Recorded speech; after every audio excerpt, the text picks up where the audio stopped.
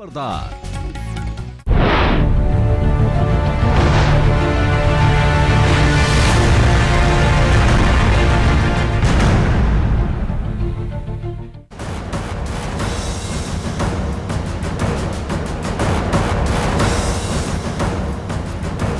नमस्कार, मैं हूं पुण्य प्रसून वाजपेयी।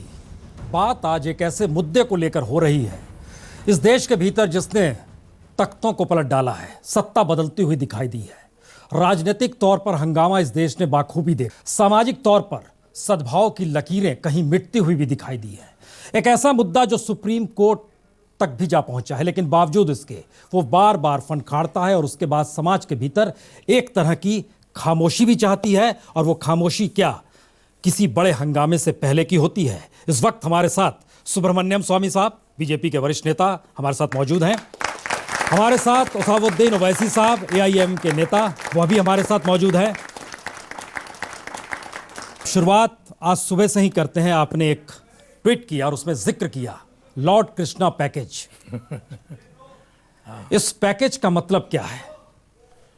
मतलब यह है कि जब महाभारत की युद्ध की संभावना थी, तब कृष्ण भगवान ने जाकर 5 गांव मांगे थे और दुर्योधन ने अहंकार में इनकार कर दिया और इसका परिणाम बहुत बुरा हुआ। तो ऐसे ही मैं कहता हूँ कि आज जो अनेक मंदिरों को नष्ट किया मुग़लों के राज में, उन सारे मंदिरों को वापस दोबारा निर्माण करने की बात नहीं कर रहे हैं हम, सिर्फ 3 प्रमुख का हम कह रहे हैं और उसको मान लेना चाहिए। और ये हम कहते हैं, इसमें और कोई निष्कर्ष निकालना नहीं है। इतिहास से हमें सीखना चाहिए और एक भाईचारा और सद्भावना के साथ जो हम ये जो कह रहे हैं, मथुरा के कृष्ण मंदिर, अयोध्या के राम मंदिर और काशी विश्वनाथ के शिव मंदिर, इन तीनों के जो जहाँ मस्जिद बने हैं या बने थे, उनको उनका छोड़कर दूसरे जगह में मस्जिद बना सकते हैं। और यहाँ 3 जो हैं ये हमारे लिए प्रिय है, इसको वापस कर लें। लॉर्ड कृष्णा धर्म के प्रतीक थे। धर्म का मतलब न्याय से जुड़ा था जी, और उस दौर के लोकतंत्र में न्याय का मतलब सुप्रीम कोर्ट होता है जी। बावजूद इसके आपने ट्वीट किया लॉर्ड कृष्णा पैकेज। जी नहीं, देखिए, इस चैनल में भी और अनेक चैनल में हर चीज़ पर हम डिबेट करते हैं। 2G पर जब चल रही थी, रोज़ डिबेट होती थी। यहाँ मैं 10 बार आया हूँ। और अफजल गुरु को फांसी देना चाहिए, नहीं देना चाहिए, इसमें आपने बहुत चर्चाएं की अपने चैनल में। सुप्रीम कोर्ट में मामला होने के बाद तो ये कोई कानून नहीं है, कोई नियम नहीं है कि सुप्रीम कोर्ट में कोई केस विचाराधीन है, उसमें हम आम चर्चा नहीं कर सकते। ओवैसी साहब, वक्त, मौजूदा स्थिति इस दिशा में आवाज़ देती है कि बातचीत की बात जिक्र हो रही है, या कहा जा रहा है एक सहमति बना लीजिए, या ये कहा जा रहा है कि फैसला यही होगा, आप तय कर लीजिए। सबसे पहली बात तो ये है कि मैं सुब्रमण्यम स्वामी साहब बड़े काबिल आदमी हैं। ये जो है गुस्सा किसी और दाढ़ी वाले का हम दाढ़ी वाले पर निकाल रहे हैं। तीसरी बात यह है कि सुब्रमण्यम स्वामी साहब को पॉलिटिकल पैकेज नहीं दिया जा रहा है, तो अब वो लॉर्ड कृष्णा पैकेज की बात कर रहे हैं। चौथी बात यह है कि 1991 places of religious worship act पास हुआ पार्लियामेंट में, जिसमें यह कहा गया था कि जितने रिलीजियस प्लेसेस 15 अगस्त 1947 को जो हैं वही बरकरार रहेंगे, जिसमें बाबरी मस्जिद और वो राम मंदिर का जगह शामिल नहीं है। काशी और मथुरा का उसमें जिक्र है। कैसे पार्लियामेंट क्या ओवरटेक करेंगे? 5वीं बात यह है कि आरएसएस ने 1966 में यकीनन काशी मथुरा की बात की। 89 में पालनपुर के रेजोल्यूशन में राम मंदिर का जिक्र किया, अचानक 89 में जिक्र किया। बाबरी मस्जिद के डेमोलिशन से अगर किसी को पॉलिटिकल फायदा हुआ तो वो बीजेपी को हुआ, मगर आज जो हिंदुस्तान की जो आवाम है, आज वो पॉलिटिकल इशू नहीं है जिससे बीजेपी को या संघ परिवार को कुछ फायदा होगा। छठी बात यह है कि ये जो मौजूदा गवर्नमेंट है, ये जो अहम मुद्दे जिस पर आवाम ने उनको वोट दिया था, रोजगार के ऊपर, इकोनॉमी के ऊपर, गुर्बत के खात्मे के ऊपर, हमारे बॉर्डर्स की हिफाजत करेंगे, टेररिज्म को रोकेंगे, सब पर ये नाकाम साबित हो रहे। इसीलिए अचानक ये एक आखिरी बाजी खेली जा रही है कि शायद इससे मुल्क में कुछ ऐसी फिजा पैदा की जाए जिसमें नफरतों की दीवारों को फिर से उठाया जाए। मुझे पूरा यकीन है कि हिंदुस्तान की आवाम दोबारा धोखा नहीं खाने वाली है। हमारे मुद्दे यकीनन मैं एक मुसलमान हूं, ये हिंदू है, हर कोई मजहब पे चलता है, मगर आज मुल्क के सामने सबसे बड़ा मुद्दा क्या है? ये मुद्दा नहीं है। आपने सही कहा, ये मसला सुप्रीम कोर्ट में है। सुप्रीम कोर्ट जो फैसला करेगा उसको कबूल करना पड़ेगा। मतलब क्या है कि सुब्रमण्यम स्वामी साहब मौजूदा सरकार के लिए शॉक एब्जर्वर का काम कर रहे हैं या फिर समाज के भीतर एक अपनी जगह बनाने की कोशिश कर रहा? आपकी दृष्टि क्या है? देखिए, मैं सुब्रमण्यम स्वामी का स्पोक्स पर्सन कब से बन गया भाई? सुब्रमण्यम स्वामी साहब, मैसेज आ रहा है कि आप इस गवर्नमेंट फंस चुकी है, मौजूदा परिस्थिति में आप एक शॉक ऑब्जर्वर का काम कर रहे हैं या डाइवर्ट कर रहे हैं देश के इश्यूज को, क्योंकि फैसला सुप्रीम कोर्ट को देना है। नहीं, ऐसा नहीं है, क्योंकि मैंने राम सेतु का भी सवाल उठाया था जब यूपीए गवर्नमेंट में था और उसमें हमें जीत मिली। फिर जो मंदिर सरकार के नियंत्रण में है उनको छुड़वाने के लिए मैंने केसेस की थी 2013-14 में, वहाँ भी जीते थे। और ये एक विषय जो है, इसमें मेरी राय में सुप्रीम कोर्ट में मैं वैसे इलाहाबाद हाई कोर्ट में तो एक ही बार गया था, लेकिन जो सुप्रीम कोर्ट में मैं समझता हूँ, क्योंकि अभी मैं दूसरे संबंधित केस में हूँ जिसमें जो दर्शक लोग आते हैं, जो पूजा करने के लिए आते हैं, उनको सुविधा मिलनी चाहिए, उसके लिए हमारी केस है, उसमें भी हमारी सफलता मिली है। तो ये कोई सडनली मैंने सोचा है क्योंकि पार्टी दिक्कत में है या सरकार दिक्कत में है उसके लिए भलाई के लिए कर रहा हूँ, ये सही नहीं है। परंतु एक बात जो इन्होंने कहा, इस पर मैं ज़रूर कहूँगा। उन्होंने कहा कि एक कानून बनी है जिसके हिसाब से कभी मथुरा और काशी का मामला कभी उठाया नहीं जा सकता। वो कानून में मैं गहराई से पढ़ने के बाद इस निष्कर्ष में पहुंचा हूं कि वो सिर्फ रिलीजियस प्लेसेस के लिए है। और सऊदी अरेबिया में मस्जिद लगभग रोज़ तोड़ते हैं, कतार में तोड़ते हैं, तुर्की में तोड़ते हैं, पाकिस्तान में तोड़ते हैं, कभी शिफ्ट कर देते हैं। और जब मैंने उनसे पूछा, सऊदी अरेबियन एक मंत्री से, उन्होंने कहा कि हम मस्जिद एक नमाज़ पढ़ने का स्थल मानते हैं और उसको हटाया जा सकता है और यदि आवश्यक पड़े तो तोड़ा भी जा सकता है। और जहाँ तक कि जहाँ पैगंबर मोहम्मद ने नमाज़ पढ़ी उसको भी तोड़ दिया था महल बनाने के लिए। तो इसीलिए मैं मस्जिद को रिलीजियस प्लेस नहीं मानता हूँ। ये तो कोर्ट की अल्टीमेट अधिकार है। ये सिर्फ नमाज़ पढ़ने का जगह है। हमारे लिए तो रामचंद्र जी का मंदिर पहले था, ये सिद्ध हो गई है। और रामचंद्र जी के मंदिर को तोड़कर मस्जिद बना, ये भी सिद्ध हो गई इलाहाबाद हाई कोर्ट में। अब सिर्फ सुन्नी वाक़फ़ बोर्ड कहती है ये हमारी प्रॉपर्टी है और सालों से है, इसीलिए एडवर्स पोजेशन में हमारी होती है। वो सुप्रीम कोर्ट में उसकी बहस होगी, हम निश्चित जीतेंगे उसमें। और इसीलिए वो कानून लागू नहीं हो सकती। और मैं समझता हूँ कि मुसलमान भी और उनके नेता, विशेष तौर पर मुसलमान तो तैयार है परंतु नेता कभी उनको छोड़ते नहीं हैं। मैं कहता हूं कि एक भाईचारा पैदा करने के लिए 40,000 मंदिरों को तोड़ा गया। मैं कहता हूं सिर्फ 3 छोड़ दो। अब उसमें छोड़ने में क्या प्रॉब्लम है? दूसरी जगह मस्जिद बना सकते हैं। नहीं, ये डाटा सरयू नदी के। तो आप कल से मुझे जवाब दीजिए। अच्छा, जवाब पहले दीजिए। मैं स्वामी साहब से कहना चाह रहा हूं कि 40,000 मस्जिदों को तोड़ दिए। अब हम मंदिरों तोड़े, ठीक है। हम जा रहे हैं कितने साल पहले सर? 5,000 साल पहले? नहीं, 5,000 2000 साल पहले। बुद्धिज्म 2000 भी नहीं। अब बुद्धिज्म का खात्मा किसने किया, उसका हिसाब कौन देगा? बुद्धिज्म का खात्मा किसने किया, उसका हिसाब। अगर आप मिडिल एजेस में जाना चाह रहे हैं तो ये काम ये करते हैं कि हम लोग 4000 साल पहले चले जाते हैं। हम तीनों बैठ के फैसला करेंगे कि 4000 साल से क्या हो रहा है अब तक। हिंदुस्तान का पार्लियामेंट जो कानून पास करता है, हर हिंदुस्तानी को उसको मानना पड़ेगा। हिंदुस्तान के पार्लियामेंट ने प्लेस ऑफ रिलीजियस एक्ट पास किया जिसमें जिक्र है काशी और मथुरा का। तीसरी बात, सऊदी अरब से मुझे क्या करना है? मैं हिंदुस्तान का बाइज्जत शहरी हूं। मुझे इस मुल्क से मतलब है, मुझे सऊदी अरब से क्या लेना देना है।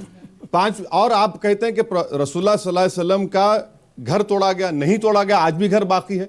आप गूगल पर जाइए, काबतुल्लाह में जो जगह है वो आज भी है। मगर ये मिसाल कहां देंगे आप हिंदुस्तान की मिसाल दीजिए। एक ही सांस में सुप्रीम कोर्ट भी कहते हैं, एक ही सांस में इलाहाबाद हाई कोर्ट भी कहते हैं स्वामी साहब, और एक ही सांस सऊदी अरब भी कहते हैं। हाँ। तो यह कहां से होगा? देखिए हम यहां पर नहीं, सुनिए जरा सर, मैं आप बोलते हैं, मैं डिस्टर्ब नहीं किया आपको। हम यहां पर यह देखना है कि सुप्रीम कोर्ट में स्वामी साहब बराबर गए थे वो उसका टारपोलिन चेंज करने के लिए। यह बात क्यों नहीं कहते स्वामी साहब कि सुप्रीम कोर्ट ने कहा कि जो दोनों पार्टीज ने डॉक्यूमेंट्स दिए वो डॉक्यूमेंट्स उर्दू में है, पर्शियन में है, गुरमुखी में है, संस्कृत में, अरबिक में, इसका ट्रांसलेशन कराने के लिए अभी तक सुप्रीम कोर्ट तय नहीं किया। 6-7 महीने इसमें लग जाएंगे, ट्रायल शुरू होगा। तो जब ट्रायल शुरू होगा, सुप्रीम कोर्ट तो आखिरी अपेक्स कोर्ट है, उसी में फैसला होगा। रहा साल इलाहाबाद हाई कोर्ट का फैसला, अगर बाबरी मस्जिद शहीद नहीं होती तो क्या होता वहां पर? अगर वो स्ट्रक्चर को जो स्ट्रक्चर बोलते हैं, मस्जिद बोलते हैं, अगर डिमोलिश, क्या होता वहां पर? और कहां से देखिए जजमेंट को सुप्रीम कोर्ट ने स्टे दिया, क्या कहा? This is a strange judgement. Swami साहब पढ़े लिखे पॉलिटिशियन है, वो पढ़कर ये बातें आधी बात बोल रहे हैं, आधी बात नहीं बोल रहे स्वामी साहब। स्वामी साहब एक मिनट, इस चीज़ को थोड़ा मौजूदा राजनीति के आईने में देखना इसलिए जरूरी है क्योंकि मौजूदा वक्त में देश के प्रधानमंत्री स्वयंसेवक भी हैं। हाँ। और जब उन सोमनाथ से यात्रा शुरू हुई थी अयोध्या तक की, जो लाल कृष्ण आडवाणी निकाली थी, उसकी शुरुआत करने भी खुद नरेंद्र मोदी साहब पहुंचे थे। हाँ। वो प्रधानमंत्री होकर जिन चीज़ों को नहीं समझ पा रहे हैं उसको आप समझ रहे हैं। हाँ। इंप्लीमेंट पार्लियामेंट के जरिए होना है, पार्लियामेंट में खामोशी बरती जा रही है। सुप्रीम कोर्ट ने अभी कोई बेंच नहीं बनाई है, आप उससे पहले समाज के भीतर एक तरह से खलबली पैदा कर रहे हैं। 2000 लोग मरे थे अयोध्या आंदोलन के दौर में, सरकारी आंकड़ा है। क्या चाहते हैं आखिर? मैं नहीं चाहता हूं कि आगे 2000 और मरे। मैं तो कहता हूं बातचीत से समझौता हो जाए, बातचीत से हो। हाँ, और सुप्रीम कोर्ट बातचीत से समझौता हो जाए। और मैं कहता हूं कि ये कहते हैं कि सऊदी अरेबिया से उनका कोई मतलब नहीं है, ईरान से तो मतलब है आपका। नहीं है सर, मुझे इंडिया के कॉन्स्टिट्यूशन से मतलब है। और ठीक है, इंडिया के कॉन्स्टिट्यूशन से मतलब है। ये आप देखिए, एक मिनट, मैंने एक बात स्वामी साहब मुझे बता दो, मैं क्या इन्वेडर का बेटा हूं या हिंदुस्तानी का बेटा हूं? मैं किसका बेटा हूं? मैं इन्वेडर का बेटा हूं या हिंदुस्तानी का बेटा हूं? अगर मैं इन्वेडर का बेटा हूं तो ठीक है, आप मुझे मुल्क से निकाल दीजिए, अगर है मुझे तो नहीं निकाल सकते आप। अगर मैं हिंदुस्तानी का बेटा हूं, जो हम तमाम हैं, तो फिर यहां पर कानून का पासो लिहाज रखना पड़ेगा। मैं तो पहले ही कह रहा हूं, इनका डीएनए और मेरा डीएनए एक ही है, कितने बार मैं कहा है। अब उसका सवाल नहीं है जी, सवाल ये है कि धर्म का जो आदेश देने वाले हैं, फतवा देने वाले हैं, वो क्या सऊदी अरेबिया का कोई कीमत नहीं है? उसमें मैं नहीं जाऊंगा। अब मैं कहूँगा कि Farooqui versus union of India का कॉन्स्टिट्यूशनल बेंच जजमेंट है 1994, जिसको आप जानते हैं। उसमें आप पढ़िए, सुप्रीम कोर्ट ने कहा है कि mosque is not an essential part of Islamic religion, and during British times mosques used to be demolished.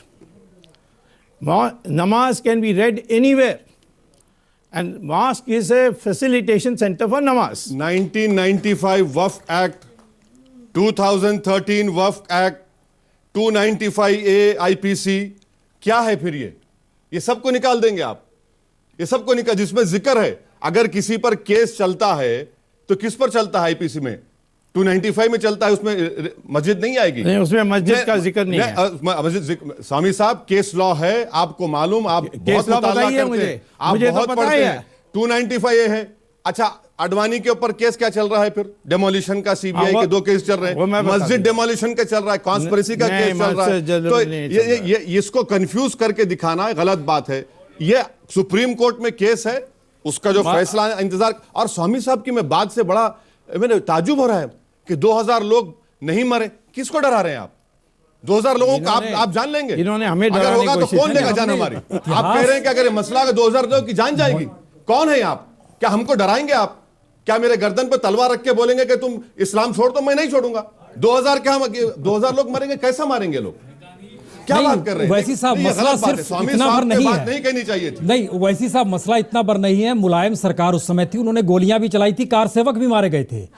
मौजूदा समाज के भीतर की जो खलबलाहट है आप उसको दोबारा पैदा करना चाह रहे हैं। तरीका यह है, सुप्रीम कोर्ट में सर मंदिर मस्जिद को लेकर फैसला नहीं होना है, संपत्ति किसकी होगी इसको लेकर फैसला होना है। वो प्रॉपर्टी क्या है, नहीं, संपत्ति जमीन किसकी क्या नहीं है, टाइटल के ऊपर सॉरी होगा। उस पे टाइटल फैसला। के ऊपर नो होगा। Not correct. आपको पता नहीं है, मैं बता रहा हूँ जी, सुन्नी वाकफ बोर्ड का दावा है कि ये हमारी प्रॉपर्टी है। एग्जैक्टली, हम लोग प्रॉपर्टी है। देखिए सुनिए, मैं ये कहना चाहता हूँ कि हम लोग जब मंदिर बनाते हैं तो प्राण प्रतिष्ठा पूजा से बनाते हैं, और प्राण प्रतिष्ठा पूजा माने कि भगवान मालिक बनता है उसका, कोई ये नहीं कह सकता ये मेरा प्रॉपर्टी है। तो इसीलिए ये कहना, कोई हिंदू धर्म के बारे कुछ पढ़ा है वो कभी नहीं कहेगा ये प्रॉपर्टी का डिस्प्यूट। सर आपको इस बात की जानकारी है, जब सरदार पटेल ने आरएसएस पर प्रतिबंध लगाया था और कहा था कि इस संविधान को मानिए जो देश का संविधान है, तो आरएसएस का क्या जवाब था? वो किसे संविधान बनाना चाहते थे? और सरदार आप क्या धर्म के आधार पर इस देश को देखना चाहते हैं या कॉन्स्टिट्यूशन के आधार पर देखना चाहते हैं? आप किस रूप में जाना चाहते हैं? विषय या को तो पंडित मौलवी आके बैठ जाएं इस देश के भीतर में, वो चलाएं। आपने कहा सरदार पटेल ने ये किया, और जब प्रतिबंध हटी तो तब सरदार पटेल ने क्या चिट्ठी लिखा गुरु गोलवालकर को, आपको ये पता है? उन्होंने कहा आज मैं बहुत संतुष्ट हूँ कि आप निर्दोष साबित हुए हैं और प्रतिबंध हट गई। जब बाबरी मस्जिद को तो शहीद कर दिया गया तो क्या सुब्रमण्यम स्वामी साहब ने पब्लिकली इसको कंडेम किया? नहीं किया, पूछ लीजिए।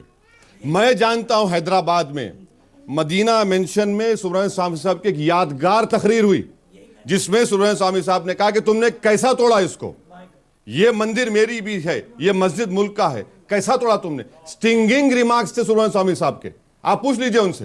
हैदराबाद को आकर एक तारीखी तकरीर की थी। मुझे ताज्जुब होता है जिस शख्स ने वाजपेयी गवर्नमेंट को गिरा दिया और बाबरी मस्जिद की शहादत के खिलाफ कहा, आज वो बात कर रहे हैं, मुझे नहीं मालूम। मैं फिर भी इनकी इज्जत करता हूं। देखिए ये सब आदि जो बात, पूरी बात ये है, मैं आज भी कहता हूं कि अनऑथराइज्ड किसी भीड़ को अधिकार नहीं है मस्जिद को तोड़ने के लिए, किसी मस्जिद को तोड़ने के लिए। और यही मैंने कहा था, जो केस चली है ये मस्जिद तोड़ा ये नहीं है, अनऑथराइज्ड डिमोलिशन बाय कॉन्स्पिरेसी वो है चार्ज। जाकर अब पता करिए। नहीं, सही है। तो इसीलिए मैं ये नहीं पक्ष में हूँ कि मस्जिद को अपने हाथ में जनता लेकर के इसको तोड़ दे। मैं चाहता हूँ ये कानून से हो या समझौता से हो, और कानून से तो हम जीतेंगे ऐसा मेरा विश्वास है। नहीं, इस पर भी जो ऑब्जेक्शन है, क्योंकि ये नॉलेज ऑफ अनसीन कब से डेवलप कर लिए? ये तो सुप्रीम कोर्ट तय करेगा ना भाई कौन जीतेगा कौन हारेगा। अगर हम ये तो एविडेंस हम प्रोड्यूस करेंगे कोर्ट, सुप्रीम कोर्ट में, और उस एविडेंस की बुनियाद पर फैसला होगा। और जब तक फैसला नहीं होगा हम कुछ नहीं उस पर तबसरा नहीं कर सकते। स्वामी साहब देखिए, नहीं, इसका जवाब देना मुझे। जब 2G का चल रहा था मैंने पहले अनाउंस किया कि हम जीतेंगे इसको और राजा जेल जाएगा, और सही बात निकली। जब नेशनल हेराल्ड केस चलने लगा मैंने कहा कि समन्स इशू होंगे, आखिर में सोनिया गांधी जेल जाएगी, ये भी देख लीजिए आप। तो ये कौन सा प्रतिबंध है कि सुप्रीम कोर्ट क्या फैसला करेगी मुझे बोलने का अधिकार नहीं है। आप ये बोलने की हिम्मत क्यों नहीं देते हैं कि अगर ये सरकार मंदिर नहीं बनाएगी तो इस सरकार को जाना होगा, मोदी गवर्नमेंट को जाना होगा? ये कैसी बात कर रहे हैं? सरकार तो बनाने वाली है। आप बीजेपी के पार्लियामेंट्री हैं, सुब्रमण्यम स्वामी हैं, एक वकील हैं, या फिर अरुंधति वशिष्ठ अनुसंधान पीठ को संभालने वाले शख्स हैं? किस रूप में आप इस मुद्दे को उठा रहे हैं? हम श्री राम के भक्त हैं, उस रूप से उठा रहे हैं।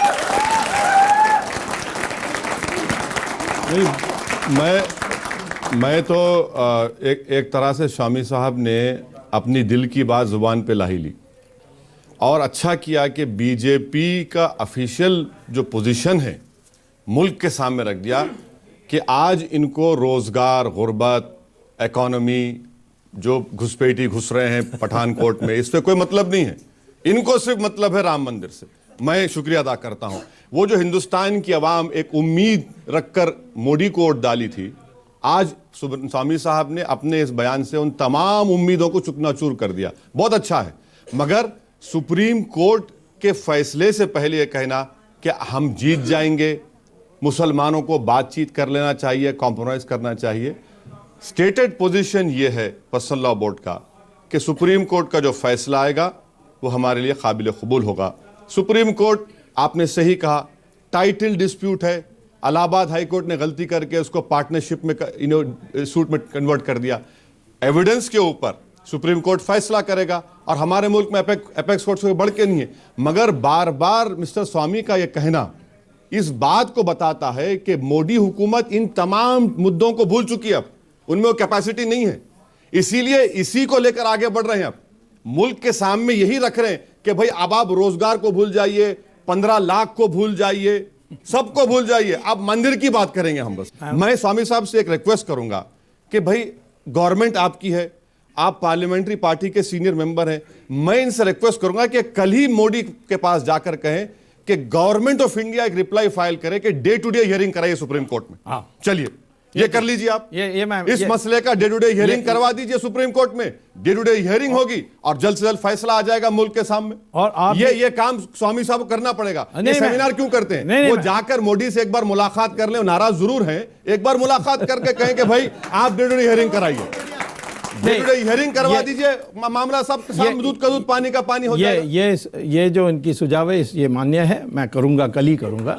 बिल्कुल आप बिल्कुल जाइए, बिल्कुल हम भी तैयार, हम भी चाहते हैं कि और आपके लोग विरोध नहीं करना चाहिए। बिल्कुल नहीं, आप हियरिंग करवा दीजिए ना। हाँ भाई, day to day government, day to day hearing के लिए मैं जरूर पहल करूंगा और चीफ जस्टिस के सामने जाकर मेंशन भी करूंगा कि ये ओवैसी साहब सारे बिल्कुल कहिए, हो सके तो सीडी लेके दिखा भी दीजिए। हाँ, जहाँ तक ये सवाल है सुप्रीम कोर्ट में क्या बहस होगी, SLP में गए हैं, स्पेशल लीव पिटिशन, उसके माने सिर्फ कानूनी पॉइंट्स देखेंगे।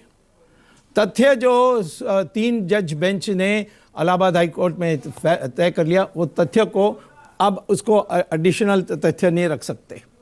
सिर्फ ये कानूनी तौर पर उन्होंने सही फैसला किया है कि नहीं, यही देखेंगे।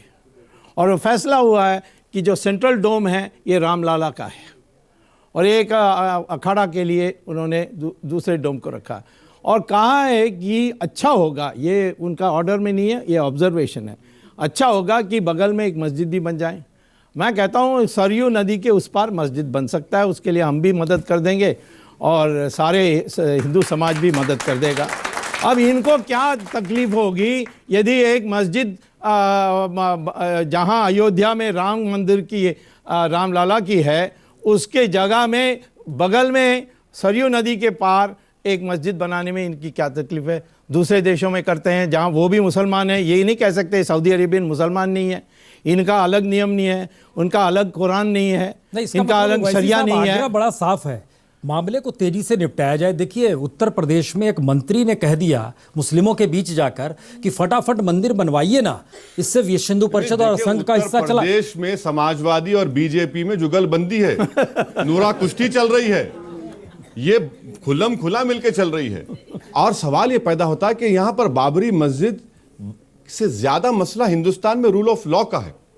क्या हम रूल ऑफ लॉ को अलाउ करेंगे, खत्म कर देंगे, या रूल ऑफ लॉ को बरकरार रखेंगे? सारी दुनिया के सामने मॉब ने जाकर मस्जिद को तोड़ दिया, क्या वो रूल ऑफ लॉ को हम इंप्लीमेंट करेंगे? और साथ ही साथ स्वामी साहब ये क्यों नहीं कहते कि जो जिन्होंने वो जिनकी मौजूदगी में बाबरी मस्जिद को शहीद किया गया, आज वो गंगा की सफाई कर रहे हैं। भाई मेरे, वो गंगा की सफाई के मिनिस्टर बन चुके हैं। इस मुल्क में सबसे बड़ी नाइंसाफी और क्या हो सकती है? जिनकी सोच और फिक्र में यह है कि आपके सामने, सारी दुनिया के सामने हिंदुस्तान की जमहूरियत का मजाक उड़ाया गया, सुप्रीम कोर्ट में जो वादा किया गया था उसकी खिलाफ वर्जी की गई, और हम बात कर रहे हैं कि नदी के किनारे। नहीं, नदी के किनारे क्यों? अगर हम जीतते हैं तो हम बनाएंगे, अगर हम नहीं जीतते तो आप जो चाहे कर लीजिए, बात खत्म हो जाएगी। हिंदू धर्म इजाजत देता है इसकी। मंत्री को लेकर जो जिक्र किया इन्होंने जो 20 साल 25 साल पहले हुआ उसकी जिक्र कर रहे हैं। मैं 500 साल पहले औरंगज़ेब ने क्या किया, या गोरी ने क्या किया, गजनी ने क्या किया, इसमें मैं जाऊंगा तो बहुत क्या अच्छा होगा? है। नहीं, बुद्धिज्म को किसने खत्म किया उस पर अरे भी बहस वो हो आप जाए। बुद्धिज्म नहीं, के लिए बुद्धिज्म को भी उससे मत बात होनी बोलिए। चाहिए ना। आप स्वामी बुद्धिज्म साहब, बुद्धिज्म को किसने खत्म किया उस पर भी बात होनी हमारे चाहिए। रिश्ते नहीं, बुद्धिज्म लेकिन से 20 बहुत अच्छा बरस है। के लोग तो मंत्री हैं ना। अभी इस बात का जिक्र हो रहा है कि क्या ये 20 बरस पहले बुद्धिज्म जो लोग हिंदुस्तान थे में वो civilization मौजूदा का वक्त बहुत में बड़ा सर हिस्सा था। मंत्री हैं। नहीं, बट कोर्ट केस तो चल रही है ना। आप कोर्ट केस उधर देखते हैं लेकिन इधर कोर्ट इधर केस नहीं कहा देखते मैंने हैं। कहा नहीं, आप देखिए ये ये नहीं कह रहे हैं कि सुप्रीम आज कोर्ट तक में ये की बुरी मामला है। आदत है। मैंने कभी नहीं कहा कोर्ट केस में, मैंने कहा वहां जीतने वाला हूं, परंतु मैं कहता हूं कि क्यों हारने वाले हैं? दोनों मिलकर के फैसला करके कोर्ट को बता देते हैं। जनता के भीतर भी बहुत सारे सवाल हैं, लेकिन सवाल की शुरुआत बीते दिनों इसलिए भी हुई क्योंकि अयोध्या फैजाबाद में पहुंचने लगे राजस्थान से पत्थर पिलर। उसके बाद पूजा पाठ और इन सब के बीच हंगामा। सुब्रमण्यम स्वामी साहब भी साथ हैं और वैसी साहब भी साथ हैं। सवाल कई हैं। जी, आप क्या पूछना चाहती हैं? आपने कहा कि सरकार के पास केवल एक ही मुद्दा रह गया है। क्या जब आप एक विषय पर सोचते हैं तो क्या दूसरे विषय पर विचार नहीं कर पाते हैं? भारत सरकार यही कर रही है। विभिन्न विषयों पर वो अपना काम कर रही है। विभिन्न डिपार्टमेंट, विभिन्न विभाग जो है उसके, वो अपना काम कर रहे हैं। दूसरी बात आपने ये कही, राम मंदिर को लेकर आप अपने सवाल सीधा ही पूछे ना, कहाँ इधर उधर की बात कर रहे हैं? राम मंदिर के लिए तो मैं यही कहना चाहूंगी, लेकिन मैं अपनी दूसरी बात को पूरा कर लेना चाहती हूँ। मैं ये पूछना चाहती हूँ, आप भी जानते हैं, हम भी किससे जानते पूछ हैं, रहे हैं? मॉब का। मैं मेरे से ओवैसी पूछ रहे जी हैं, से मुझसे पूछ रही वैसी हूँ, जी से मैं पूछ उनसे रहे हैं। ही- हाँ, सीधा सवाल। सही सवाल होता है। मैं उन्हीं से पूछना चाहती हूँ, आप भी जानते हैं और हम सभी जानते हैं, भीड़ का कोई एक माइंडसेट नहीं होता है।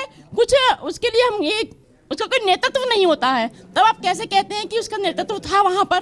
आप कैसे किसी एक पर या दो लोग पर ब्लेम करते हैं? नहीं, अदालत ने तीसरी कहा, बात- अदालत ने कहा है। आपका क्या सवाल है? एक मिनट, बहुत सारे लोग, सबका सवाल है। आपका क्या सवाल है?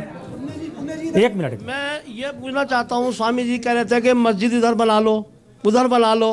भाई मस्जिद तो जगह खरीद करके बनाई जाती है, और इस मतलब जो दान में देता है, जो मुसलमान कोई देता है, कि अपनी जगह देता है। हमारी मस्जिद में कोई पैसा नहीं लगता किसी हिंदू का, ना क्यों नाजायज़ पैसा लगता है। मंदिर मैंने देखे हैं कि वहाँ रोड पे बना देते हैं बीच में। भाई मंदिर आप बना लो, वहाँ से हट के क्या नुकसान है उस चीज़ का? ओके, बैठिए। नहीं तो बैठिए। नहीं, उसमें बैठ जाइए। कहीं बना अब लेते एक एक जवाब लेते चलते उस चीज़ को। हैं। एक मिनट, बैठ जाइए। नहीं, उसमें क्या हो गया? मैं आपसे ये कहता हूँ कि हम कोई ये कह रहे हैं हिंदू का कोई ज़रूरत नहीं है। मैं मानता हूँ हिंदू कोई नहीं देने वाला है, सरकार दे सकती है। सरकार तो आपकी है। आप हज के लिए पैसा लेते हैं सरकार से, तो इसमें क्यों ले सकते? वहाँ दुनिया भर में हज के लिए कोई सरकार देती नहीं है, मुसलमान की सरकार नहीं देती है, परंतु हिंदुस्तान में हम हज के लिए सब्सिडी देते हैं। सब्सिडी के ताल्लुक से जो bilateral agreement Saudi Arabian government से है, उसकी बिना पर इसको दिया जा रहा है। मैंने पार्लियामेंट में अब तक 6 मरतबा कहा है सब्सिडी निकाल दीजिए। हाँ, very good। 600 करोड़ रुपए निकालकर मुसलमान की जो बच्चियां जो पढ़ नहीं रही हैं उनको दे दीजिए, सब्सिडी निकाल दीजिए। हम फिर भी हज करने जाएंगे। देखिए, हमको सब्सिडी की जरूरत नहीं हज करने जाने के लिए, निकाल दीजिए सब्सिडी। बल्कि आप एक लेटर लिखिए प्राइम मिनिस्टर को कि ओवैसी ने कहा सब्सिडी निकाल दीजिए सब्सिडी, और 600 करोड़ रुपए हमारे तालीम में दे दीजिए। 600 crore I think we are getting diverted on parliament में the ये कहा गया है। ओवैसी साहब, मुद्दे पर डाइवर्ट ना करें हम। उसमें आप let us not go to हज और ये डायरेक्ट सब आपसे नहीं है, मुद्दा है मुद्दे पे इस देश का। इस देश- डाइवर्ट जी, ना करें, डाइवर्ट जी, ना करें। पूछें। मेरे 3 चीजें ऑब्जर्वेशन करी हैं और जी, क्वेश्चन भी है सवाल, मेरा। सवाल। अब पहला तो है ओवैसी साहब से, जैसे स्वामी जी ने बोला या वैसे भी लोग बोल रहे हैं कि अगर हम, जैसे रिलीजियस प्लेस कहीं भी हो सकता है, यस भाई मस्जिद की जगह, या जैसे हम बोलते हैं ना नमाज पढ़ना, नमाज हम कहीं भी पढ़ सकते हैं, एयरपोर्ट पे भी पढ़ी जाती है, यहाँ पे भी पढ़ी जाती है। It is a place just towards waste में करके उधर कर रही है, किसी भी जगह पढ़ी जा सकती है।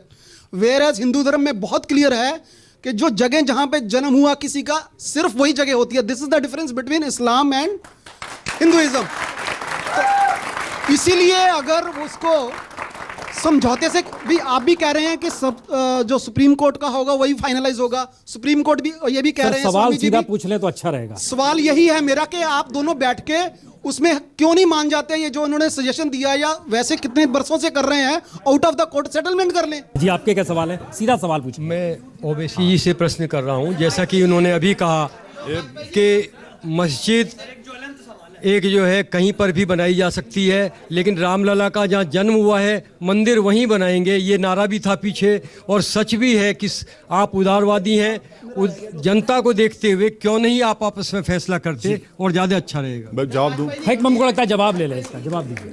नहीं, देखिए, आ रहे हैं। देखिए कोर्ट में, जब मसला कोर्ट में जाता है तो मुसलमानों के सोच क्या है, हिंदू की सोच क्या है, ईसाई की सोच क्या है, नहीं होगा। कोर्ट में फैसला होगा कानून के मुताबिक। आस्था के ऊपर फैसला नहीं देती कोर्ट, यह बात याद रखिए आप, नहीं होता है। स्वामी जी, सुब्रमण्यम जी, हमको लगता है कि आपको भी इस पे जवाब देना चाहिए, मैं दे रहा हूं। क्योंकि देखिए, एक बात दिमाग में रखिए, हिंदुस्तान को इकोनॉमिक पावर बनाने की दिशा में प्राइम मिनिस्टर मोदी काम कर रहे हैं। वो कहते हैं कि इंटरनेशनली हम इकोनॉमिक पावर बना देंगे। झटके में ये बात आती है कि हिंदुस्तान क्या हिंदू स्टेट है या मैनी रिलीजन को इक्वली वो मानता है? जहन में क्या है आपकी? अगर ये और साफ होगा तो मेरे ख्याल से संवाद और अच्छा होगा। इसमें कोई बात ऐसी है, आप ऐसे ही इसको एक षड्यंत्र के रूप में देख रहे हो। नहीं, षड्यंत्र नहीं, लेकिन मैं बता रहा हूँ, मेरे पार्टी में कोई मुझे नहीं कहता है कि देखिए अभी ये हम लोग गवर्नेंस में इतना बिजी हैं, इसमें मत पड़िए। ये कोई नहीं कहता, सब मेरी सराहना करते हैं, जय जयकार करते हैं, टेलीविजन में हमें आकर मेरे समर्थन करते हैं। ये सब डरते हैं स्वामी साहब से कि कहाँ कोर्ट चले जाएंगे ये। नहीं, मैं एक चीज़ कहता हूँ इनको, और गंभीरता से मैं कह रहा हूँ, जहाँ भी हमारे देश में मुसलमान मेजॉरिटी में है वहाँ मंदिर तोड़े जाते हैं। जैसे कश्मीर की घाटी में 5 लाख कश्मीरी पंडितों को भगा दिया वहाँ से, आज भी वहाँ मंदिरों को तोड़ रहे हैं। स्वामी साहब एक मिनट, केरल में मल्लापुरम में भी मंदिरों को तोड़े जा रहे हैं। अच्छा, आपको चाहिए तो मेरे साथ चलिए, मैं दिखा देता हूं आपको। नहीं, स्वामी साहब आपकी बात बिल्कुल सही होगी। थोड़ी देर के लिए मैं सच्चाई मानता हूं, थोड़ी देर के लिए आपके सामने मैं बात कर रहा हूं कि कश्मीर में आपकी गवर्नमेंट है, हाँ, आपके सपोर्ट से गवर्नमेंट है जी। आप क्यों नहीं ले जाते पंडितों को वापस? अरे आप क्यों, गवर्नमेंट आपकी है, यहां भी गवर्नमेंट आपकी, वहां भी गवर्नमेंट आपकी, क्यों नहीं ले जाते आप? आपने अब तक क्या किया बताइए? 18 महीने हो गए मोदी सरकार बनकर, कितने पंडित गए कश्मीर को, कितने पंडित गए कश्मीर को, हमको बताइए। या आप देखिए स्वामी साहब, आप अपोजिशन मोड से निकल जाइए। अब आप रूलिंग पार्टी में हैं, अब आप रूलिंग पार्टी में हैं। मैं आपसे कहता हूं कि मेरी एक बात मान लीजिए, जिससे जो कश्मीरी पंडित हैं उनको तसल्ली हो जाएगी। आर्टिकल 370 को हटाने के लिए भी साथ दे दीजिए और तुरंत हम इन कश्मीरी पंडितों को ले जाएंगे। प्रसून जी, हैरत की बात यह है कि आप महबूबा मुफ्ती सईद से, मरहूम मुफ्ती सईद से अलायंस करते, वो कहते हैं कि नहीं होगा, और आप अपने जब इलेक्शन होता है इलेक्शन के बाद 370 का जिक्र ही नहीं होता। अरे आप यूज करते, पॉलिटिकल पावर के लिए आपने राम का नाम का इस्तेमाल किया, पॉलिटिकल पावर के लिए 370 का इस्तेमाल किया, पॉलिटिकल पावर के लिए यूनिफॉर्म सिविल कोड की बात करते। अरे एक मर्तबा कभी इन गरीबों की बात कर लो आप, कभी हिंदुस्तान के मुस्तकबिल की बात कर लो आप। ये कब तक यही टकराव की पॉलिसी, इस प्रोग्राम का नाम टक्कर है, यही टकराव की पॉलिसी है कि 370, राम मंदिर, यूनिफॉर्म सिविल कोड, क्या रोजगार नहीं है? क्या हमारी इकोनॉमी को रिवाइव करना नहीं है? यकीनन मिस्टर स्वामी बेहतरीन इकोनॉमिस्ट हैं, मगर क्यों नहीं लिखते वो आर्टिकल इसके ऊपर कि हमारी इकोनॉमी का क्या हाल हो चुका है? मुझे जवाब दे दीजिए। आप पोल कर लीजिए, गरीब से गरीब हिंदू इस देश में राम मंदिर अयोध्या में बनाने चाहता है, भले उसको गरीबी है, उसको पेट भरा नहीं है, परंतु वो राम में इतना आस्था है हमारे देश में, वो कहता है कि मंदिर बनना चाहिए। सर, यही बात आ रही है कि सरकार भी तो आप ही की है, यहाँ भी सरकार आपकी है, धारा 370 हटाना है तो वहाँ भी सरकार आपकी है। ये कॉन्ट्रडिक्शन है ना सर? ये कोई कॉन्ट्रडिक्शन नहीं है। इन्होंने मुझे कहा था, तब मैंने कहा था कश्मीरी पंडित का, तो उन्होंने कहा आप क्यों नहीं वापस ले जा, 100% हम उनको वापस ले जाएंगे। उसके लिए जो कश्मीरी पंडितों के दिमाग में जो भय है उसको दूर करने के लिए क्या रास्ता है ये हम सोच रहे हैं। वो हमसे कहते हैं कि एक रास्ता है कि आर्टिकल 370 हटा दो, हम चले जाएंगे। आपकी सहमति है कि मौजूदा वक्त में पीडीपी मान जाएगी 370 को खत्म करने को लेकर? कौन मान जाएगी? पीडीपी, जिसकी पीडीपी का कोई इसमें हिस्सेदार नहीं है। नहीं। ये तो कॉन्स्टिट्यूशन में है और राष्ट्रपति को विज्ञप्ति जारी करनी है और ये खत्म हो जाएगी। इसमें कश्मीर के लेजिस्लेटिव असेंबली का कोई रूल नहीं हो सकता। ये आप कहते हैं, मैं कहता हूं नहीं हो सकता। आपको लगता है इस देश में हर बच्चे के जहन में अगर राम मंदिर है तो मोदी गवर्नमेंट मान जाएगी? मोदी गवर्नमेंट के बारे में मैं अभी तक उनकी सलाह नहीं ली कि आप मानोगे नहीं मानोगे। जब वक्त आएगा मैं पूछूंगा क्या करने वाले हैं, क्योंकि उनका एडिशनल सॉलिसिटर जनरल कोर्ट में आएगा, तब वो क्या स्टैंड लेंगे उसके लिए मैं पूछूंगा। अभी तो उसके पूछने की जरूरत नहीं है। अभी मैं सेमिनार कर रहा हूँ, उसमें आप भी आ जाइए, थोड़ा सीख लेंगे। एक मिनट। ओवैसी जी, मेरा प्रश्न आपसे ये है, ओवैसी से, ओवैसी जी से, सर जब इतने सालों से टकराव चल रहा है तो क्या आप जल्दी नहीं कर सकते, समझौता नहीं कर सकते क्या कि मंदिर बने, जो भी आप करें? मैं आपके सामने इस बात को रखा हूं सर, कि government of India supreme court में कह दे हाँ जी। कि इस मसले के ऊपर डे टू डे हियरिंग करवा दे। जी। Supreme court day to day hearing कर ले, टाइटल के पर सर- ऊपर फैसला पर सर होगा, ये जब- एविडेंस के ऊपर होगा। सर, ये बातचीत नहीं हो सकती है। आपसे मैं ये कह रहा हूँ हम कि आप सुप्रीम समझौते कोर्ट के में लिए आप जाकर हमारी immediate बात कर रखेंगे। कुछ एक्शन लेंगे तभी तो पता लगेगा। आप बोल देंगे सुप्रीम कोर्ट को बोलो, सुप्रीम कोर्ट को बोलो, सुप्रीम कोर्ट के तो बोल ही रहे हैं, वो कर ही रही है, पर आप भी तो कुछ आगे करिए कि भाई जल्दी से किसी अरे समझौता और क्या कीजिए। करेंगे? आपका भरोसा सुप्रीम कोर्ट पे है नहीं? है, बिल्कुल है बस ठीक सर, रखिए बिल्कुल उसको, है सर, बरकरार मेरा रखिए। भरोसा आप पे सुप्रीम भी, कोर्ट उन पे फैसला भी है, करेगा। पर मेरा आपसे ये है कि आप समझौते के लिए हमें कुछ जल्दी एक करिए। मिनट बैठिए। देखिए, हमें ऐसे सवाल पूछने हैं जो समाधान की दिशा में ले जाएं तो ज्यादा अच्छा है, बनिस्पत आपके भीतर के जो भी अंतर्विरोध हैं उसमें हम सुप्रीम कोर्ट को नहीं माने, संविधान को नहीं माने, इस देश को नहीं माने, ऐसे नहीं चलेगा। समाधान की दिशा में दो व्यक्ति ऐसे बैठे हैं जो कल समझौता कर ले तो इस देश में एक अच्छी राह निकल सकती है। समाधान इसलिए करने की दिशा में सवाल पूछिए। सर हेलो सर, मेरा सवाल है कि आपकी जो भी पॉलिटिशियन है, आप हम जैसे यंगस्टर को इसमें ना डालें। अगर कोई भी डिसीजन होगा आपका अयोध्या को लेके, वो हम, आपका मुद्दा क्या है? आपके लिए हमारा सबसे मुद्दा ये इम्पोर्टेंट चीज है क्या सर- बताइए नहीं, मुल्क के मुद्दा सामने? मेरा ये है सर आपने कि- एज ए यूथ हाँ, आपके लिए आज इम्पोर्टेंट हमारी चीज क्या यूथ है? है, मेरी भतीजी है, वो टीवी देखती है, तो आप अपनी टक्कर में हमें ना डालें। अगर कोई भी डिसीजन आपका इशू क्या है? मेरा issue एज ये ए है- यूथ ऑफ इंडिया आपका इशू क्या है बताइए? जो न्यू यूथ है, हम आपके डिसीजन पे, जो गवर्नमेंट डिसीजन लेगी, हम उस पे एग्री हैं। कुछ भी, कोई भी डिसीजन होगा, हम उस पे एग्री हैं। हम अल्लाह को भी मानते हैं, हम भगवान को भी मानते नहीं, हैं। आप क्या कहना हम चाहते सबको हैं? मानते हैं। ये सवाल नहीं उठना चाहिए। सवाल नहीं मेरा सर यही है कि आप न्यू ये यूथ को सवाल इसमें ना लाएं। ये सवाल नहीं उठना चाहिए। यूथ स्वामी का। साहब, ये एक मैसेज है। देखिए, एक यंगस्टर अगर कहता है, मेरे ख्याल से दिल्ली यूनिवर्सिटी के भीतर पॉलिटिकल पार्टीज के स्टूडेंट ऑर्गेनाइजेशन भी ये सवाल कर रहे थे कि आप स्टूडेंट के बीच में जाके अगर इन सवालों को रखते हैं तो आप उनको ज्ञान अर्जन करा रहे हैं, हिंदू धर्म से वाकिफ करा रहे हैं, देश की भावनाओं को बता रहे हैं, या फिर उनकी जो अपनी परिस्थितियां उससे आप दूर काट के ले जा रहे हैं। दिल्ली यूनिवर्सिटी में मार्क्सिज्म पर लेक्चर चलती है, नहीं, अब वही हम कह रहे हैं कि तो आप हर प्रकार की सेमिनार चलती है दिल्ली यूनिवर्सिटी में। तो इसके हमने परमिशन लिया था, हमने किराया दिया था उस कमरे के लिए, यूनिवर्सिटी वाइस चांसलर ने इसको ओके किया था। इन्होंने अर्जी दी थी स्टूडेंट इसको को कैंसिल इन्वॉल्व होना करें, पर चाहिए। माना नहीं। सर, स्टूडेंट को इन्वॉल्व होना चाहिए। नहीं, मैं कहता हूं कि जो वास्तविकता है ये सबको पता होना चाहिए। और आज के युवा शक्ति में जो सिनेमा देखने में पागल नहीं हैं, वो इस प्रकार के ज्ञान के लिए भूखे हैं। और इसीलिए जिसको टेलीविज़न में हमारी दोनों की विवाद पसंद नहीं है तो टेलीविज़न को ऑफ कर दें।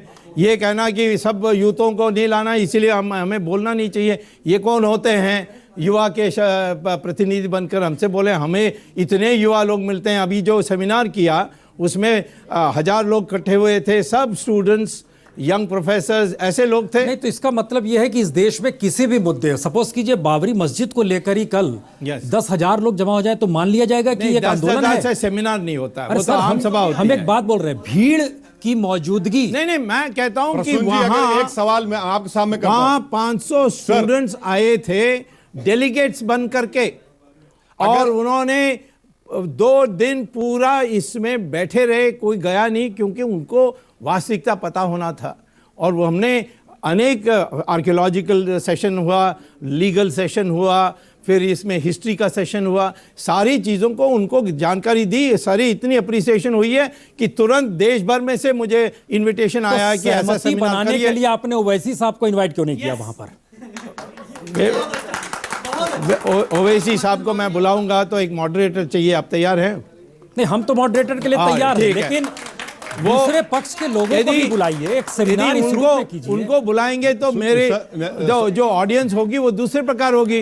वो इंडिया इंटरनेशनल सेंटर में हम ऐसे डिबेट कर सकते हैं, हम उसके लिए तैयार हैं। हमारी तो इनसे कोई दुश्मनी नहीं है। देखिए, हम तो इनको अच्छी तरह जानते हैं, इनके पिताजी को और भी अच्छी तरह जानते थे। एक मिनट, हाँ, एक मिनट जवाब देने दीजिए। एक मिनट। अगर इस तरह का सेमिनार या फिर जिस तरीके से फैजाबाद में पत्थर लाए जा रहे हैं, अगर कोई ये कह दे कि मैं मस्जिद बनाने के लिए पत्थर ला रहा हूं, मैं मस्जिद बनाने के लिए सेमिनार कर रहा हूं, मुल्क में फजा क्या होगी? मुल्क में फजा क्या होगी बताइए। अब आप फैसला कर लीजिए कि एग्रेसर कौन है, इमोशनल कौन कर रहा है, और जो अहम मुद्दे मुल्क के सामने बुनियादी मसले, उससे तवज्जो हटाने की कोशिश कौन कर रहा है। मैं कह रहा हूं कि भैया सुप्रीम कोर्ट में होगा, अगर मैं एक सेमिनार करूंगा, चाहे उस स्वामी साहब जैसा बोले 800 लोग आएंगे, मस्जिद बनाएंगे हम वहां पर। मैं अगर 1-2 लॉरी हैदराबाद से निकालूंगा कि भाई ये मस्जिद बनाने का पत्थर जा रहा है, क्या हाल होगा उन लॉरियों का? मुल्क में क्या हाल हो जाएगा? वैसी साहब, देश के यही तो हम भीतर बात बता रहे हैं कि देखिए वैसी साहब, इसका जवाब क्या है कि इस देश के भीतर हर जनता के भीतर एक सवाल है कि मंदिर का मुद्दा आज से नहीं हो, लगातार उठ रहा है। वीएचपी ने तो 80 के दशक में ही हिस्से में 49 में वहां पर मूर्ति रखी गई थी, कौन नहीं जानता है। इसका मतलब है कि इस पर कुछ फैसला होना चाहिए। फैसला सुप्रीम कोर्ट में होगा, मगर जो रूलिंग पार्टी, देखिए एक मिनट, स्वामी साहब का ताल्लुक रूलिंग पार्टी से है। रूलिंग पार्टी की प्रायोरिटी क्या होनी चाहिए? अगर मिस्टर स्वामी फाइनेंस मिनिस्टर होते तो क्या वो राम मंदिर की बात करते, इकोनॉमिक रिवाइवल की बात करते? अगर मिस्टर स्वामी फाइनेंस मिनिस्टर होते तो स्टॉक एक्सचेंज को इंप्रूव करते या फिर राम मंदिर की बात करते? अगर मिस्टर स्वामी को फाइनेंस मिनिस्टर बना देते तो इस मुल्क में वो सुसाइड से कमी की बात करते या राम मंदिर की बात करते? प्रायोरिटी, इस गवर्नमेंट की प्रायोरिटी क्या है, हम जानना चाह रहे हैं। इस गवर्नमेंट की गवर्नेंस को कहां भूल गए लोग? गवर्नेंस के नाम पर तोड़ दिया हिंदुस्तान के अवाम ने आपको। क्या ये गवर्नेंस है? स्वामी जी, 2G और हेराल्ड तो ठीक था, लेकिन जब आप मंदिर का जिक्र कर रहे हैं तो कतार जो है आपकी साक्षी महाराज की, अवैधनाथ की, वो तो आपकी साध्वी, आरोप है। हम कर, आप मैसेज समझ रहे हैं इस देश की पॉलिटिक्स का? आपके लिए मैसेज क्या हो रहा है? हम जो जिनके माध्यम से, जिनके बीच में बोल रहे हैं, वो सब प्रोफेसर्स हैं, एडवोकेट्स हैं, स्टूडेंट्स हैं जो PhD कर रहे हैं। ऐसे लोगों का हम कोई आम सभा नहीं कर रहे। ओके, सवाल क्या है? आपसे एक सवाल करना चाहता हूँ।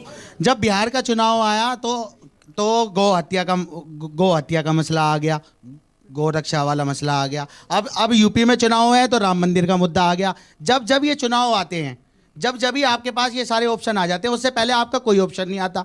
और आपने जो अपने उसमें मेमोरेंडम में दिया था कि भाई उस पर आज तक एक काम नहीं हुआ। 18 महीने सरकार को हो गए, अच्छे दिन का वादा, 15 लाख का वादा, आज तक कोई चीज़ नहीं हुई। सर, सवाल आपका मेरे ख्याल से यही है कि चुनाव के मौके पर ऐसे मुद्दे उभरते हैं। जवाब ये भी है कि हर बरस चुनाव होते हैं, मुश्किल ये भी है। मेरे पास जवाब है। मैं आपको कह रहा हूं कि इस साल हम कर रहे हैं क्योंकि यूपी के चुनाव के आरोप है। हाँ, तो मैं इस साल नहीं करूंगा तो अगले साल भी नहीं कर सकता हूं क्योंकि चुनाव होगी। तो फिर मैं 2018 को करना पड़ेगा। फिर आप कहोगे लोकसभा चुनाव के लिए आप कर रहे हो। सवाल ये इसमें कोई अंत ही नहीं है। हेलो सर, स्वामी जी, मेरा आपसे एक सवाल है कि आप कहीं ना कहीं बीजेपी को मुसलमानों के खिलाफ नहीं कर रहे हैं। आप ऐसे जो मुद्दे उठा रहे हैं कि मंदिर बनना चाहिए, ठीक है सर, लेकिन कहीं आपको नहीं लगता कि बीजेपी की जो वैसी मुसलमानों की जो सोच है बीजेपी को लेके, वो वैसी बेकार है? इससे और ज्यादा उनकी प्रभाव पड़ेगा या आपके वोट बैंक पे प्रभाव पड़ेगा? बीजेपी का भी डिरेल्ड कर रहे हैं, बीजेपी को भी डिरेल्ड कर रहे हैं। बीजेपी थोड़ी मॉडरेट लग रही थी, नहीं आप झटके में ऐसे मुद्दे ले आए कि बीजेपी कम्युनल लगने लगी। नहीं, मैं आपको बता रहा हूं कि जिस सेमिनार किया था उसमें मुसलमान प्रोफेसर्स भी थे, हमारे प्रवक्ता मुसलमान हैं। कि सुप्रीम कोर्ट ने आपकी फेवर में ऑर्डर दिया या इनकी फेवर में ऑर्डर दिया, क्या इस देश में कम्युनल हार्मनी बनी रहेगी? और बनी रहनी चाहिए, उसमें हमारी तरफ से कोई तकलीफ नहीं होगा। सर, मेरा भी यही क्वेश्चन था एग्जैक्टली। एक मिनट, अब लास्ट उसमें हम लोग हैं जी, पूछिए। आपको सादर जय श्री राम। आपने सवाल है सीधा सवाल आप दोनों से है, दोनों आप मित्र हैं, आपस में क्यों ना ये फैसला हो जाए और सुप्रीम कोर्ट तो जब होगा तब होगा। एक दूसरा, अति विचित्र रघुपति चरित्र जाने परम सुजान, जे मत मंद विमोह बस हृदय धरे कछुआन। ऐसे हम हजार भी हो जाएंगे तब भी रघुपति के चरित्र को नहीं समझ सकते।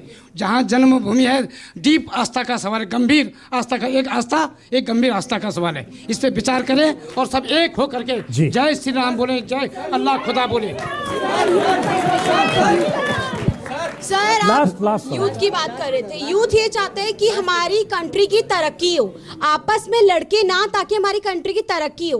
ठीक है, मेरा सवाल आपसे है स्वामी जी, आपने बीजेपी में ऐसे बहुत से मुद्दे हैं जिस पे नजर डालने की जरूरत है। आतंकवादी का मुद्दा है, बहुत से मुद्दे हैं, तो अचानक से ऐसा क्या हुआ कि राम मंदिर का मुद्दा आप लेकर आए? मैं खुद एक हिंदू और मैं एग्री करती हूँ कि राम मंदिर बनना चाहिए, but the main thing is कि शांति, हमें शांति चाहिए। यूथ जो चाहता है वो यूथ चाहता है कि आप शांति प्रिय हिसाब काम करें। स्वामी जी, हम लगता है हम लोग आखिरी जवाब एक आपसे चाहेंगे। मुद्दा चूंकि आप ही ने उठाया, इस देश के भीतर सवाल उसी के जरिए, और राम शब्द कहते ही बहुत सारे सवाल इस देश में बार बार हर जहन में आ जाएंगे। आप चाहे हमारे ऊपर जो भी आरोप लगा लीजिए, कह दीजिए कि हिंदू धर्म नहीं जानता है। हमारा ये कहना बड़ा साफ है कि मौजूदा वक्त में राम मंदिर का जिक्र करना आपकी जरूरत रही, पार्टी की जरूरत है, सरकार की जरूरत है, या देश की जरूरत है? इसमें सबसे अधिकतम जानकारी राम मंदिर के बारे और क्यों बनना चाहिए ये मेरे पास है, और जो अनुभव मैंने पाया है राम सेतु के केस लड़कर जीतने में, और जो मंदिरों को सरकार के नियंत्रण से छुड़वाने में, उस कारण से लोग समझते हैं हिंदू धर्म आचार्य सभा एक संगठन है जो सारे वरिष्ठ साधु सन्यासियों की संगठन है। उन्होंने भी मुझसे आग्रह किया कि इस सवाल को उठाना चाहिए, और इसीलिए मैंने उठाया है। ओके, अब ये सवाल है, ये मुद्दा टकराव का हो चला है, इसीलिए हमें टक्कर लिखनी पड़ी, या एक सहमति की दिशा में कदम बढ़ेंगे? जो सवाल बीच में आया था, मैं यहाँ इस नौजवान लड़की ने जो सवाल किया, जो अपने एहसासात से वाकिफ कराया, मैं उस लड़की के एहसासात की लफ्ज़ बलफ्ज़ तायद करता हूँ। आज इस मुल्क को इस इशू की पॉलिटिकल रोटी सेकने के लिए मत इस्तेमाल करिए। आप छोड़िए सुप्रीम कोर्ट पर। तो आप कह रहे हैं वो पॉलिटिकली इस्तेमाल कर रहे हैं ना? मैं उम्मीद करूंगा कि मिस्टर स्वामी एक काबिल इकोनॉमिस्ट हैं। एग्जैक्टली, काबिल इकोनॉमिस्ट हैं। मैं उनको चाहूंगा कि वो स्टेट ऑफ इकोनॉमी पे का आर्टिकल लिखें, एक 2000 वर्ड का आर्टिकल लिखें, मुल्क में तूफान मच जाएगा। मिस्टर स्वामी को ये तमाम बातें मालूम, मगर ये मुद्दा पॉलिटिकल इशू नहीं है कि आपके बारे में लोगों को वो जानकारी नहीं मिल पाई। अमर्त्य सेन ने आपको इनवाइट किया था दिल्ली स्कूल ऑफ इकोनॉमिक्स पे, इंदिरा गांधी ने आपको खारिज कर दिया था क्योंकि आप फ्री इकोनॉमी के प्रवक्ता थे, उस समय सोशलिज्म की धारा चली आ रही थी। लोग बहुत कम जानते हैं कि आप वाकई एक इकोनॉमिस्ट के तौर पर एक पहचान है।